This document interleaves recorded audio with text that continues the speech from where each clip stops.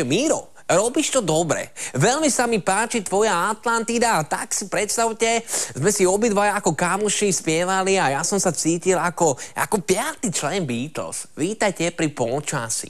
Škaredá upršaná tlaková níž sa odpratála na sever a my sme už dnes pocítili blahodárne slnečné účinky tejto tlakovej výše, ktorá sa k nám rozširuje od severovýchodu. Tá sa postarajú o teploty, ktoré sa budú pohybovať v intervále okolo 15 až 20 stupňov. Dnešná noc bude zväčša jasná až polojasná. Iba nad ranom sa začnú tvoriť v nižších polohách mly. Teploty poklesú na 9 až 4 stupne. Jazdite prosím vás opatrne. Posledný septembrový deň sa začne niekde mlámia alebo niekde bude slnečno už od rána. Keď sa mly rozplynú, bude slnečno aj tam, kde nebolo.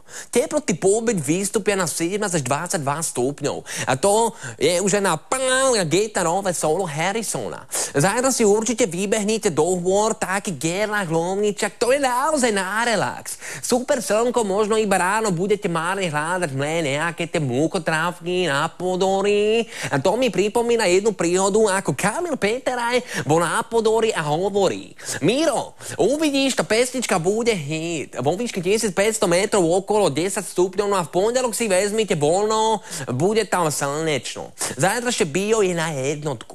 1. oktobrové dni budú ako vyzernuté z londýnskeho časopisu. A Paul McCartney povedal, že počasie je ako v Anglicku. Cez deň bude zväčša slnečno a rušiť to môžu akurát tak ráne a popoludnejšie mly a tým pádom aj nejaké tie nízke oblaky. Slabé zrážky sa najskôr objavia v stredu a najmä na severe a východe. Vo štvrtok môže sprchnúť aj inde, no a teploty stále od tých 15 do tých 23 stupňov. Som rád, že Láco Lučenič v porote superstar.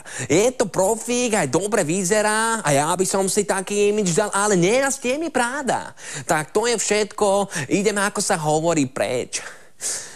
Pod hladinou spí kameň nevinné, v nehybnom tieni zás. A milenci sú si do krík budú frávu, keď nevydá viac ten klas.